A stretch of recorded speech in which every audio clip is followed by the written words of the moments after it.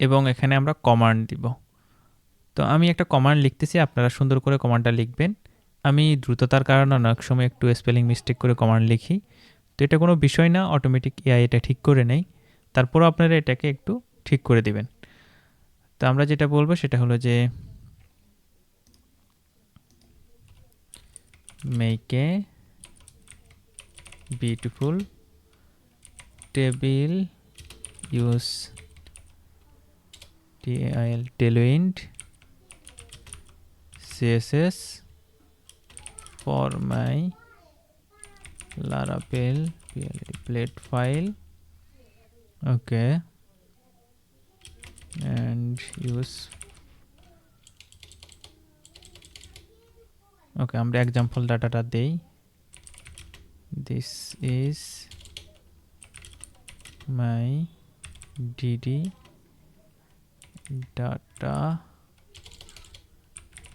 Data কোনটা, এই যে এখানে যে ডাটাটা আসছে সেটা। তো এটাকে কপি করে দেন, কোনো সমস্যা নাই। কপি হচ্ছে না কেন, এটাকে আমরা কপি করে দেই।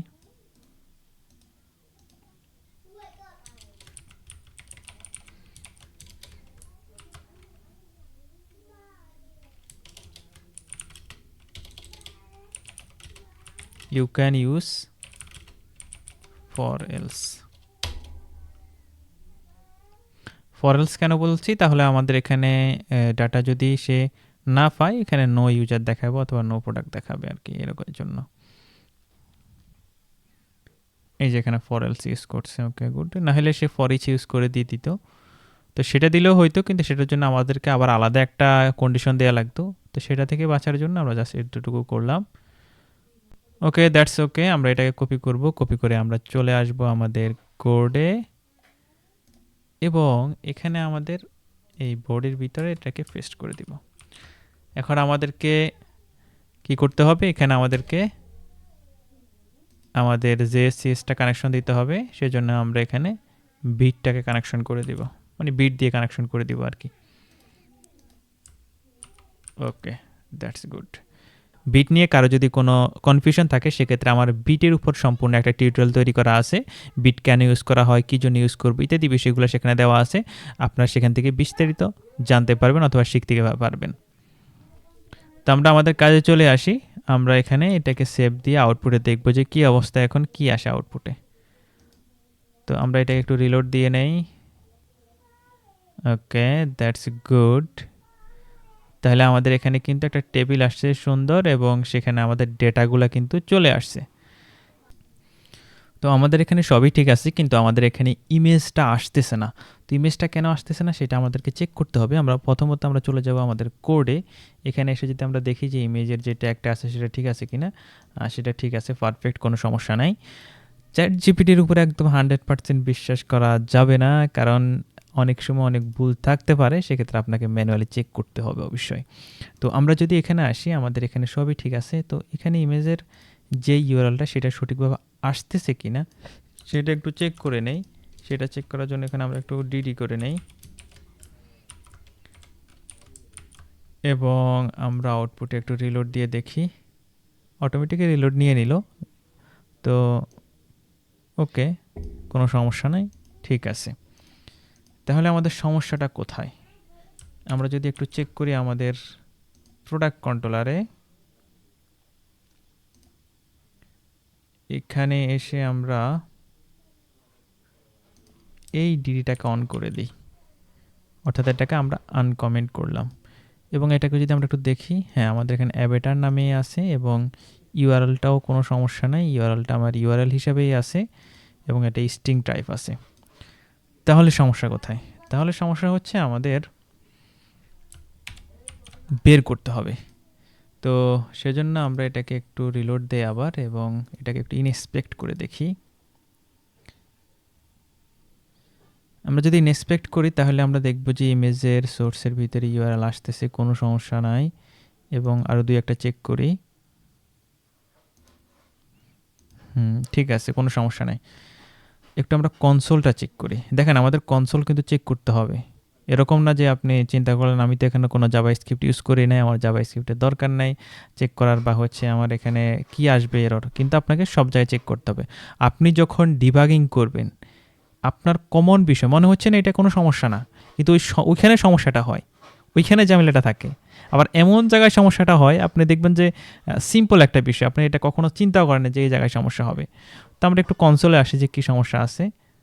দেখেন অলরেডি কিন্তু আমরা এখানে কিছু এরর পাচ্ছি, আমাদের এখানে 6টা এরর আছে, অর্থাৎ 6 এরর্স আছে, এবং প্রত্যেকটা এরর আমরা পাচ্ছি হচ্ছে কিসের জন্য, আমরা পাচ্ছি error blocked by response not same origin. এই সেম অরিজিন বিষয়টা ঝামেলা করতেছে। তো সেটার জন্য আমাদেরকে এখানে একটা কাজ করতে হবে, সেই কাজটা হচ্ছে আমাদের ফ্রন্টিনে করা লাগবে। ফ্রন্টিনে এসে আমরা যেটা করব সেটা হলো এখানে যে আমাদের ইউআরএলটা আছে এটাকে একটু আমরা কনভার্ট করে নিতে হবে। তো এটাকে কনভার্ট করে নেওয়ার জন্য আমাদের এখানে একটা সলিউশন আছে, সেটা হলো আমরা এখানে এটাকে প্রথমত এভাবে দিব, এটা দিয়ে আমরা যেটা করব সেটা হলো এখানে আমরা ইউআরএল লিখব, ইউআরএল লেখার পরে ইকুয়াল সাইন দিয়ে ইউআরএল এনকোড, এটাকে এনকোড করে নিব কোনটা, ইউজার থেকে যে ডাটা আসতেছে এবং তার ভিতরে যে আমার অ্যাভাটার আছে, অ্যাভাটার। Okay, that's okay. এখন আমরা একটু চেক করি যে কী অবস্থা। এখন যদি আমরা চেক করি, দ্যাটস গুড, দেখেন ইমেজগুলো কিন্তু চলে আসছে। এখন আপনার কোশ্চেন থাকতে পারে যে আমার এখানে এই বিষয়টার কি, অথবা এই বিষয়টার মূল কাহিনীটা কি, এটা কেন লিখলাম আমরা, এটা আপনার স্বাভাবিকভাবে কোশ্চেন থাকতে পারে। তো চলুন সেই সম্পর্কে একটু আমরা জেনে নেই। তো এই বিষয়টা বুঝতে আমি আপনাদের সাথে একটা ইমেজ শেয়ার করব। তো সেই ইমেজটা আমি এআই দিয়ে তৈরি করেছি, যাতে করে আপনারা জিনিসটা ব্লক আকারে বুঝতে পারেন। তো আমি এটাকে ওপেন করে নিচ্ছি এবং এটাকে আমি ফুল স্ক্রিন করে নিচ্ছি। আশা করি আপনারা এটাকে ক্লিয়ারলি দেখতে পাচ্ছেন এবং ইমেজটা মোটামুটি জুম হয়ে আছে। তো আমরা যদি একদম প্রথমেই দেখি যে এখানে আমাদের প্রথমে এররটা বা প্রবলেমটা, আমাদের সমস্যাটা হচ্ছে CORS এরর। এই এররটা কেন হয়ে থাকে? এই এররটা হয়ে থাকে যখন আপনি, মানে আমাদের এখানে কেন হয়েছে সেই বিষয়টা নিয়ে আলোচনা করি। যখন আপনি আপনার ব্রাউজার থেকে রিকোয়েস্ট পাঠাচ্ছেন এই পোর্ট দিয়ে 127.0.0.1 ক্লোন 8000, এই পোর্ট দিয়ে যখন আপনি রিকোয়েস্ট পাঠাচ্ছেন এটা কিন্তু ব্রাউজার থেকে রিকোয়েস্টটা যাচ্ছে, আর এই ব্রাউজার থেকে যখন রিকোয়েস্ট যাচ্ছে আমার সরাসরি রিকোয়েস্ট রেসপন্স এপিআই ইন পয়েন্টে, আমরা যে এপিআই ইন পয়েন্টে কাজ করতেছি তাদের যে সার্ভার আছে সেখানে যে রিকোয়েস্টটা হিট হচ্ছে। হিট হওয়ার সাথে সাথে এখানে একটা ব্রাউজারের নীতি আছে, সেটা হচ্ছে যে ব্রাউজার ক্রস নীতির কারণে ইমেজ দেখাবে না। কেন দেখাবে না? সে নর্মালি হচ্ছে ব্রাউজার থেকে সার্ভারে রিকোয়েস্ট যাচ্ছে, আর এই সার্ভারটা বলে দিছে যে আমি সরাসরি ব্রাউজার থেকে যে রিকোয়েস্টটা যাবে সেটা আমি অ্যাকসেপ্ট করব না এবং সেটার ক্ষেত্রে আমি ডাটা শেয়ার করব না। আমরা যদি একটু খেয়াল করি সেটা কি বলতেছে, যে সার্ভার বলতেছে নো অ্যাক্সেস কন্ট্রোল অ্যালাউ, মানে সে অ্যালাউ করবে না অরিজিন হেডার। তো এখানে মূল সার্ভারের কথা হলো যে আমি অন্য ডোমেইন থেকে আমার ইমেজ ব্যবহার করতে দেব না। ওকে, সেই ডোমেইন থেকে হচ্ছে ইমেজ ব্যবহার করতে দিবে না। এখন এটা সমাধান কিভাবে হবে? সমাধানটা হবে যে আপনাকে এখানে একটা তৃতীয় পক্ষ রাখতে হবে। তৃতীয় পক্ষ বলতে এটাকে আমরা বলতে পারি হচ্ছে মিডল ম্যান রাখতে হবে, যে হচ্ছে আপনার কাজটা করে দিবে, কিন্তু ওই যে আমাদের রিকোয়েস্ট রেসপন্সের এন্ড পয়েন্টে যে সার্ভার সে কিন্তু এই বিষয়টা বুঝতে পারবে না। তো আমরা যদি এখানে দেখি সমাধানটায়, সেক্ষেত্রে আমাদের ইমেজ প্রক্সি দিয়ে হচ্ছে এই কাজটা করবে। এই যে আমরা এখানে যে ইউআরএলটা ইউজ করছি এই ইউআরএলটা হচ্ছে আমার ইমেজ প্রক্সি হিসাবে কাজ করতেছে। কীভাবে কাজ করতেছে? যখন আমি ব্রাউজার থেকে এই ইউআরএল দিয়ে হিট করলাম তখন এটা সরাসরি আমার এই রিকোয়েস্ট রেসপন্স এন্ড পয়েন্ট যেখানে আছে সেখানে রিকোয়েস্টে না গিয়ে যাচ্ছে হচ্ছে আমার images dot web server dot NL এই ওয়েবসাইট বলতে এটা একটা সার্ভার, এই সার্ভারে যাচ্ছে। তখন এই সার্ভার কি করতেছে, এখানে যে রিকোয়েস্টটা পাচ্ছে সেই রিকোয়েস্টটা নিয়ে এসে তখন হিট করতেছে আমার যে এপিআই ইন্ড পয়েন্ট আছে সেখানে যাই হিট করতেছে। তাহলে সে দেখতেছে যে এখানে সার্ভার টু সার্ভার কমিউনিকেশন, এখানে কিন্তু সে আর ব্রাউজারের যে ইউআরএল হিট সেটা কিন্তু আর দেখতে পাচ্ছে না। সে দেখতেছে যে এখানে সার্ভার টু সার্ভার কমিউনিকেশন। তো সার্ভার টু সার্ভার কমিউনিকেশন সে কিন্তু এটা অ্যালাউ করে।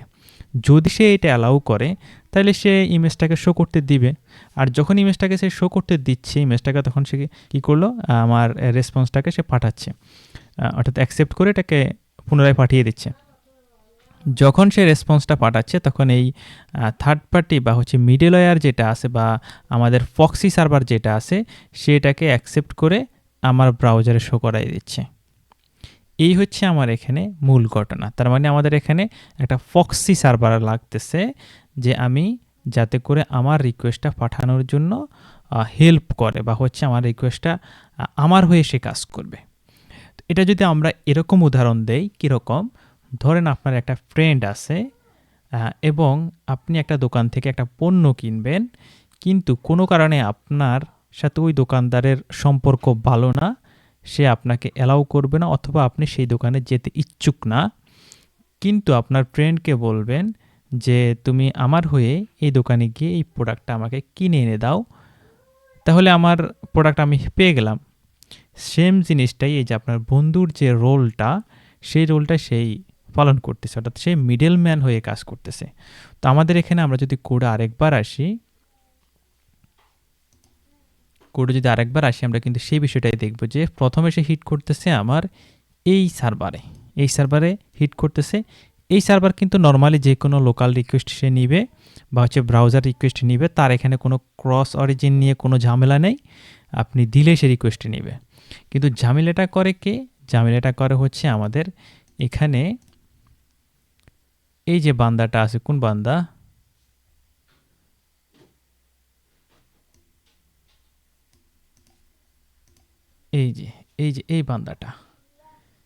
এই বান্দাটা রিকোয়েস্ট রেসপন্সে যে আমাদের এপিআই ইন্ড পয়েন্ট আছে সে কিন্তু রাগ করে বললে ভুল হবে, সে হচ্ছে এটা অ্যালাউ করে না টোটালি, সে এটা নিবে না।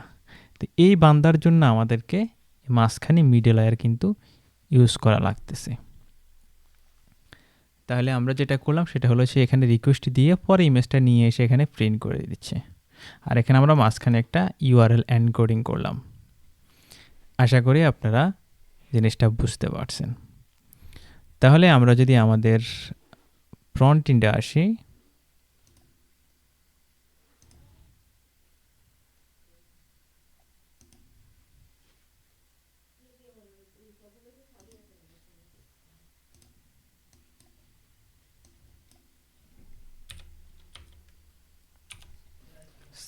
/users